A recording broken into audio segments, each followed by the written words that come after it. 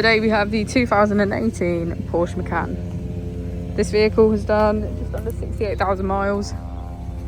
It has an automatic PDK transmission and a petrol fuel type.